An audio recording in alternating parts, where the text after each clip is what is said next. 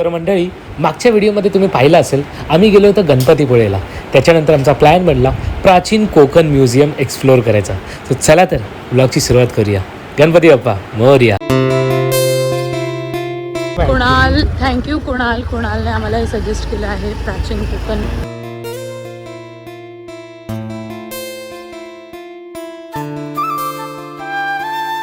पार्किंगला आम्ही गाडी लावली इकडे ऑलरेडी. काय आलं? 50 रुपीज पर पर्सन आहे. आणि तुम्हाला जर कॅमेरा शूट्स करायचे असतील मोबाईलने किंवा कॅमेराने तर त्याचे वेगळे 50 रुपये आहेत. ओके. आणि then they have a guide ग्रुपसाठी एक. सो त्यासाठी वेट करून ग्रुप फॉर्म करून मग गाईड दिला जातो. आणि जर वेगळा पाहिजे असेल तर आणखीन 50.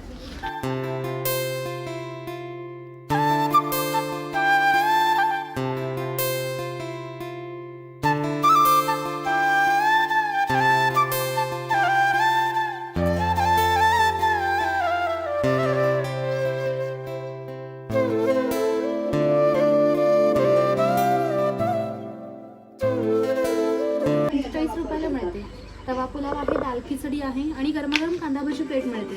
50 रुपयाला डिश आहे. जर काही खाणार असाल तर आम्ही इथे ऑर्डर घेतो, म्हणजे वरती फिरत जाईपर्यंत ऑर्डर वरती तयार राहते. ऑपोजिटला रेस्टॉरंट आहे. स्वतंत्र गाईड हवं असल्यास 50 रुपये आणखी द्यायचं. स्वतंत्र गाईडच घेऊया ना. हो, आता स्वतंत्र गाईड घेतो आणि 50 रुपये फी आहे. तर स्वतंत्र तुम्हाला गाईड हवा असेल तर 50 रुपये अजून देऊन तुम्ही गाईड घेऊ शकता. आणि सो हे लोक ग्रुपसाठी बसवतात आणि मग ग्रुप फॉर्म झाला तर मग घेऊन जातात. मोस्टली ते लोक 20-25 जणांचा ग्रुप करतात. नसल्यास मग आहे तेवढ्यांना घेऊन जातात. पण तर मग आम्ही स्वतंत्र गाडी घेतला आहे कारण आम्हाला वेट नाही करायचं आहे. आणि घेतला ब्लॉग करायचा आहे. तो नमस्कार. नमस्कार. मी सानिका प्राचीन कोकणमध्ये आपले स्वागत करते. Konkan tourism development and research centre ही आमची संस्था आहे. या ठिकाणी आम्ही पर्यटनातून रोजगार निर्मिती हा विषय घेऊन येथे काम करत आहोत.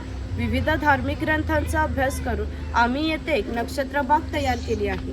प्रत्येकाच्या जन्म नक्षत्रानुसार एक वृक्ष आराध्य वृक्ष म्हणून मानला जातो. त्याची पूजा अर्चा केल्यास त्या व्यक्तीला धन सौख्य आरोग्य प्राप्त होते. तुम्ही एक्झिट करताना बाहेर लावलेला बोर्ड पाहू शकता.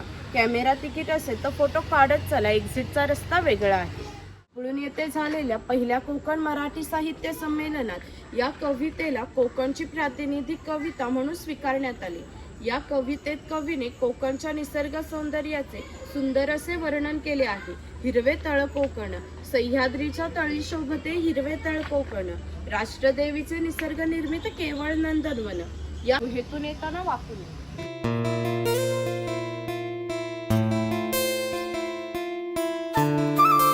सो आता आपण हे बघू शकता आदिमानव.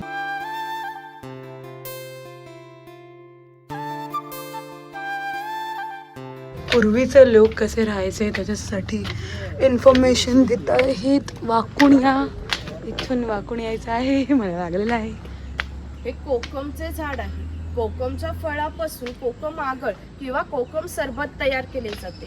त्याच्या बियांचे तेल पाडून त्या तेलाचा वापर कैलास जीवन सारख्या क्रीम मध्ये केला जातो. इथे अजगर दाखवलाय.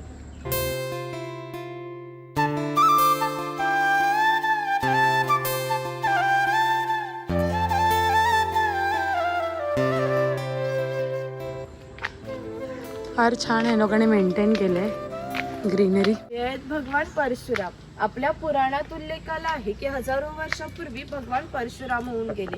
त्यांनी संपूर्ण पृथ्वी जिंकून घेतली आणि जिंकून घेतलेली सर्व पृथ्वी त्यांनी दान केली. तुम्ही ह्या साईडून जाऊन त्या साईडला यायचे. मसाल्यांची झाडं आहेत, झाडांच्या समोर बोर्ड आहेत, ते वाचत यायचे. ह्या साईडून जाऊन त्या साईडला.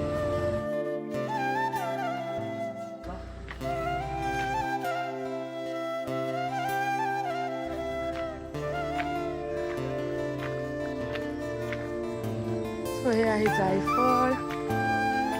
देन आहे वेखंड. आता हे माहिती आम्ही वाचायला आम्हाला वेळ आहे की नाही माहिती नाही, पण आम्ही इथून फटफट दाखवत आहे. कोकम,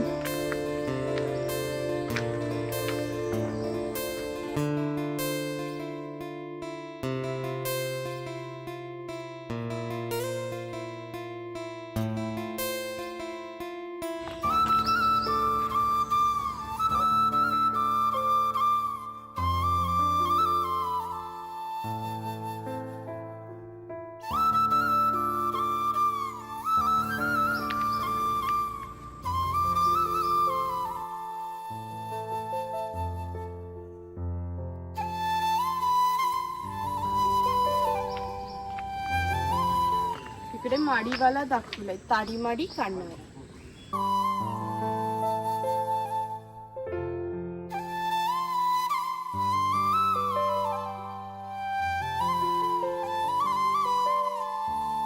हे ग्रामदेवतेचं मंदिर आहे. पूर्वी धार्मिक संस्थाच गाव नियंत्रित करत असत. गावातील गावकरी एकत्र येत असे. गावात 2 व्यक्तींची जर भांडणे झाली तर सगळा गाव एकत्र येऊन गावप्रमुख येथे न्यायदान करीत असे. तसेच गावातील सार्वजनिक कामे जशा पाखाड्या बांधणे, लाकडी साखव बांधणे ही कामे कोणी व कुठे करायची याविषयीचा निर्णय सुद्धा गावकरी येथेच बसून घेत असे. याचे वैशिष्ट्य म्हणजे जगभर अशी प्रथा आहे की प्रत्येक जाती धर्माचे लोक आपापल्या देवाकडे जातात व देवाचे दर्शन घेतात. आपण कोकणी माणसे सुद्धा वर्षभर देवळात जातो व देवाचे दर्शन घेतो. पण आपल्याकडे जेव्हा शिमग्याचा सण येतो तेव्हा हा देव पालखीमध्ये बसून तो प्रत्येकाच्या घरोघरी नेला जातो. असं म्हणतात की कोकणामध्ये भरपूर भूत असतात. कोकणवासियांची अशी श्रद्धा आहे की हा देव त्यांच्यावर नियंत्रण ठेवतो, म्हणून त्याला शिमग्याच्या वेळेस गाराणे घातले जाते किंवा पशुबळीही दिला जातो. हे वीरगळ आहे, वीर लोकांचे प्रतीक.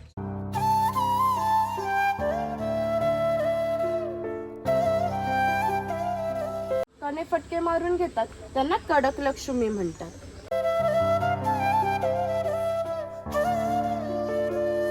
हाफ कोकण तुम्हाला इथूनच कळेल. इकडे कोळी समाज दाखवलाय. कोळी समाजाचे लोक समुद्राच्या इतक्या जवळ राहतात की समुद्राच्या भरतीचे पाणी सुद्धा त्यांच्या घराला लागून जाते. एवढी छोटी होडी घेऊन हे लोक खोलवर समुद्रामध्ये 8 ते 10 तास मासेमारी करत असतात. कधी कधी समुद्राच्या उसळणाऱ्या लाटा त्यांच्या होडीपेक्षाही मोठ्या असतात, परंतु ते कुशलतेने होडी वल्हवतात आणि पहाटेच्या वेळी घरी परत येतात. नाभिक, सुतार, कासार हे प्रत्येकाच्या घरोघरी जाऊन सेवा पुरवत असत. त्या बदल्यात त्यांना पैसे नव्हे तर धान्य मिळत असे. हे एक खोतांचं घर. हे खोत आहे. राजाच्या गावातील थेट प्रतिनिधी म्हणजे खोत. धार्मिक व राजकीय बाबतीत पहिला मान हा खोतांचा असते. खोत लोक गावचे प्रमुख असत. गावातील न्यायदान करणे, महसूल गोळा करणे, कायदा व सुव्यवस्था सांभाळणे ही कामे खोताची असत. खोत लोक जमीनदार असतात. सर्वसामान्यपणे सुखवस्तू असत. त्यांच्या बसण्याच्या लग्बीवरूनच ते किती ऐषारामी जीवन जगायचे हे तुमच्या लक्षात येईलच. ही खोताची बायको आहे. पूर्वी कोकणी स्त्रिया सुंदरही होत्या आणि शूरही होत्या, परंतु त्यांना स्वातंत्र्य नव्हते. माझघराचा उंबरठा हीच त्यांची मर्यादा होती. इकडे खोतांची 2 मुले दाखवली. ती आपला परंपरागत खेळ सोंगट्या खेळत आहे. हा खेळ महाभारतामध्ये धर्मराज व दुर्योधन यांच्यामध्ये द्यूत नावाने खेळला गेला. हस्तिदंती फासे असतात, शंखांच्या कवड्या असतात. त्या टाकून विशिष्ट प्रकारचे दान मागितले जाते व त्या सोंगट्या मागे पुढे सरकवून हा खेळ खेळला जातो. खेळणारे जर कसबी असते तर हा खेळ 1 ते 2 रात्र सहज रंगत असे. इतका मजेशीर खेळ आहे. घराची रचना पहा. खोत ज्या उंच चौथ्यावर बसले त्याला ओटी असे म्हणतात. गावातील मान्यवर लोक ओटीला बसत. ही समोर आहे ती पडवी. सर्वसामान्य लोक पडवीला बसत. खोताच्या उजव्या साईडला हे देवघर, खोताच्या डाव्या साईडला हे स्वयंपाकघर, मागे आहे मासघर म्हणजेच पूर्वीची बेडरूम. छपराची रचना पहा. वरती छोटे छप्पर, मध्ये गॅप, खाली मोठे छप्पर. कोकणामध्ये उष्णता फार असते, त्यामुळे घरातील उष्ण हवा गॅप मधून बाहेर जाते व बाहेरील थंड हवा तिची जागा घेते. त्यामुळे घरातील वातावरण थंड राहते. घरासमोर अंगण आहे, अंगणात तुळस आहे. इकडे आडकित्त्यांचे प्रकार लावले. सुपारी फोडतो ना त्याचे. बापरे, एवढे होते ते अडकित्ते.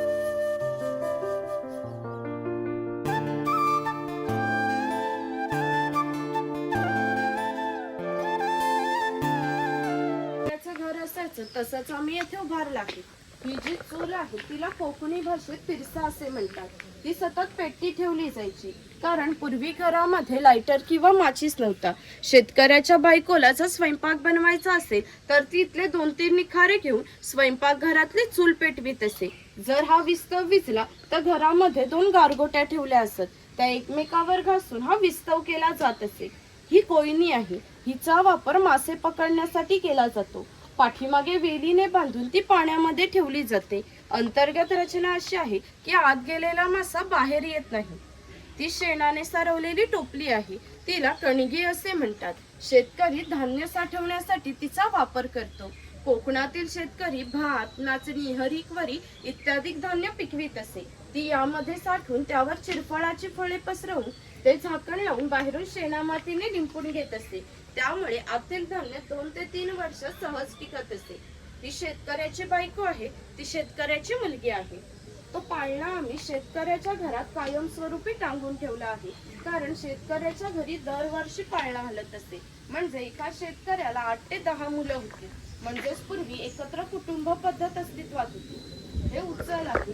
यात हा कुंभार आहे.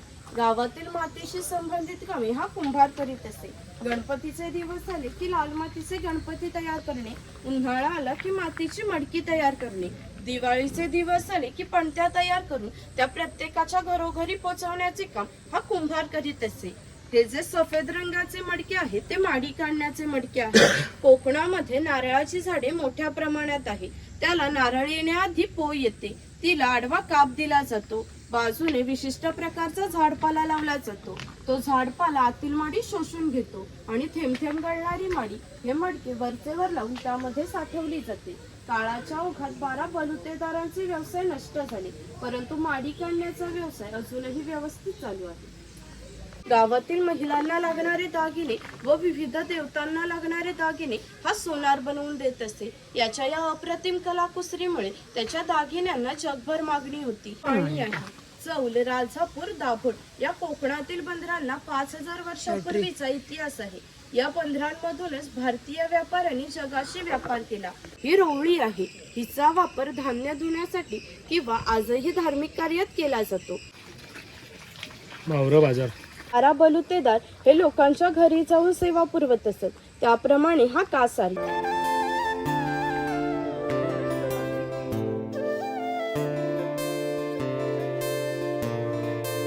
तर आता टॉपला पोचलो आम्ही. इकडून आता हा शेवटचा स्पॉट आहे.